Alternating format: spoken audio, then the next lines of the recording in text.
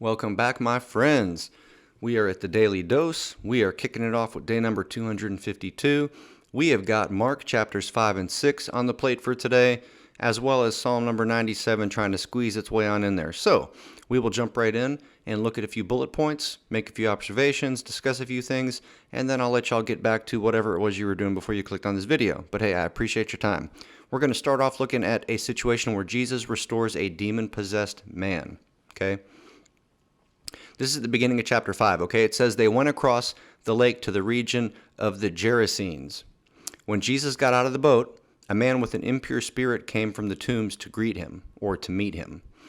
This man lived in the tombs, and no one could bind him anymore, not even with a chain. For he had often been chained, hand and foot, but he tore the chains apart and broke the irons on his feet. No one was strong enough to subdue him. That sounds like something out of a movie, right? That's crazy. So this guy apparently was living in in these tombs, in these caves or whatever, and he was not quite all there, right? He was a little bit out of it. Apparently it was because he was possessed by a demon. But people had tried to chain him before, his hands and his feet, but this dude would break the chains apart, okay? Now, I don't want to be dogmatic about this, okay, but it appears that people that are under possession can exhibit extraordinary strength, right? If you've ever watched any scary movies that have to do with that type of thing, right, that's not uncommon to see that phenomenon happen. But here we're reading about a specific instance where this guy was possessed and he seemed to have what most people would consider, I'm assuming, supernatural strength to be able to tear and break these chains apart, right? He was so strong that nobody could subdue him. That's saying something. This dude must have been a beast. Night and day among the tombs and in the hills, he would cry out and cut himself with stones. Okay? Now, I'm going to skip a few verses ahead, right? We're leaving off at about verse number 5. I'm going to jump over to verse number 18. Okay? The part that I'm leaving out is where Jesus heals him. And that is super important, but I want to focus on the next part, right? So Jesus heals him, and he's getting back in the boat, and he's getting ready to get out of there, right? Him and his peeps are going to hightail it. They're going to move it on to the next spot. And it says, as Jesus was getting into the boat, the man who had been demon-possessed begged to go with him. Okay, so Jesus exorcised the demon, healed the man, made the man whole again. The guy was back in his right mind. And this guy is like, whoa, this is so crazy. Can I please go with you?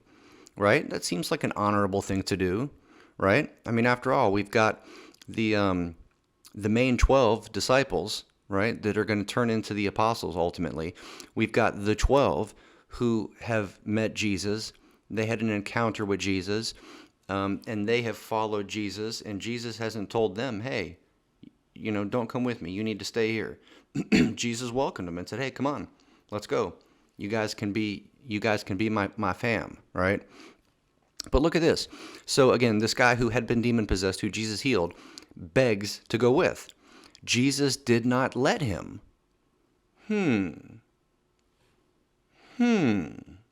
Right? Why wouldn't Jesus let him?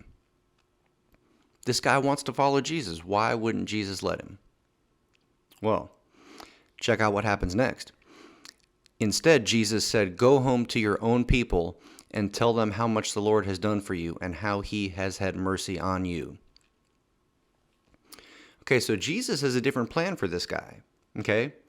Jesus' plan for the 12, for the disciples, his plan for them is different than his plan for this guy, right?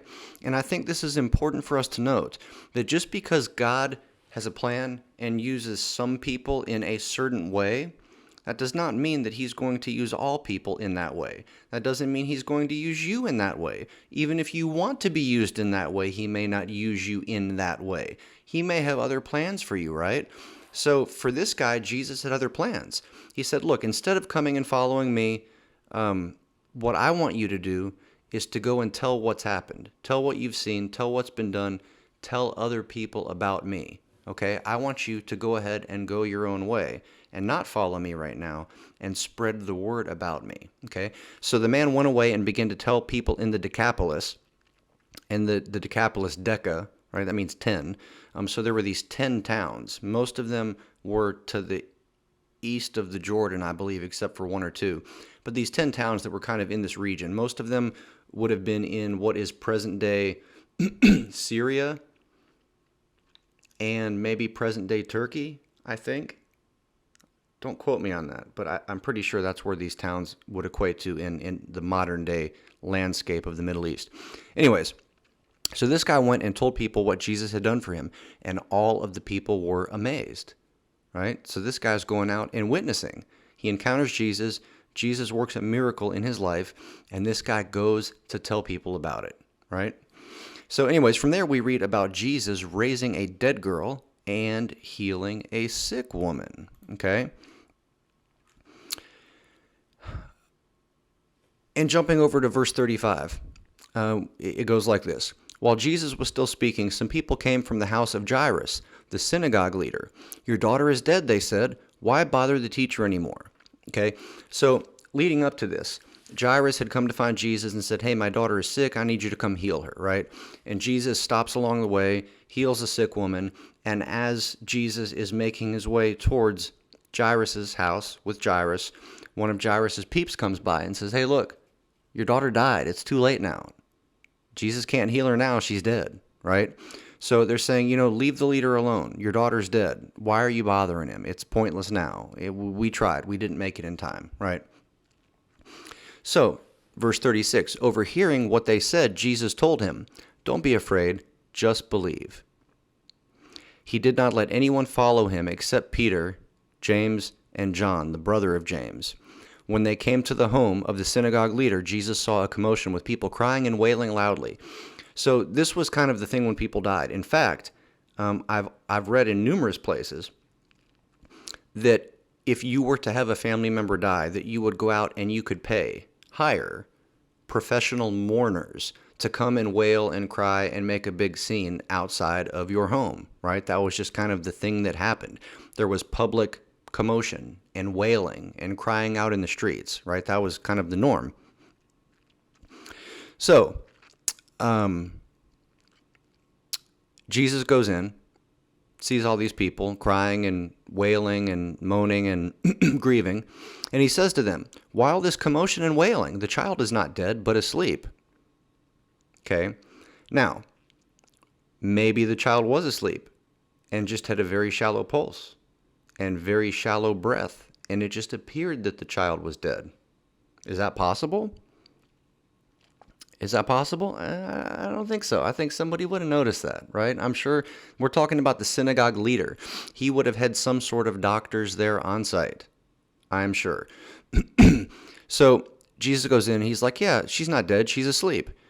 But the crowd, everyone there, they laughed at him, okay? They laughed at him. They knew that she was dead. They laughed at him, like, yo, what is this guy smoking? For real. After he put all of those people out, he took the child's father and mother and the disciples who were with him and went in where the child was. He took her by the hand and said to her, Talitha cum, which means, little girl, I say to you, get up. Immediately, the girl stood up and began to walk around. We read that she was 12 years old. At this, they were completely astonished. He gave strict orders not to let anyone know about this and told them to give her something to eat. Why would he tell them not to tell anybody about this, right? We just recently read about the demon-possessed guy who Jesus said, yes, go and tell people about what happened.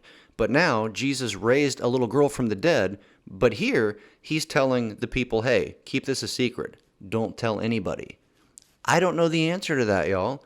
I'm sure you can go Google it, look up some commentaries, see what people say about this verse. I'm not sure. One of my guesses is that because this guy, Jairus, was a leader of the synagogue, right? He was a Jewish leader of sorts. If he would have gone around and started talking about what happened, it's quite possible that the other Jews may have gotten angry, the other leaders, and plotted to kill him. And maybe it would have caused some other big uproar. I don't know. We have no way to know what would have happened had this guy gone out and started telling a bunch of people, right? I don't know why Jesus told him not to tell anybody, but he did. Okay? That's what matters. He did. With a lot of the Bible, we don't always need to know why. We just need to know what Jesus said to us, what God said to us, right? So anyways, then there's a few more things that I'm not going to touch on because we just don't have time to get into them. But and we've talked about a lot of these in the book of Matthew already. So a prophet without honor. Then Jesus sends out the 12. We read about John the Baptist being beheaded, which we've looked at in pretty good detail. Jesus feeding the 5,000 and Jesus walking on water. Okay, so we've covered most of those already in the book of Matthew. But please read that. Do not skip over that in your daily reading because it is important. Okay. But that's all I got for today, so thank you for being here with me on the 252nd day of the Daily Dose, and until we meet again, friends, deuces.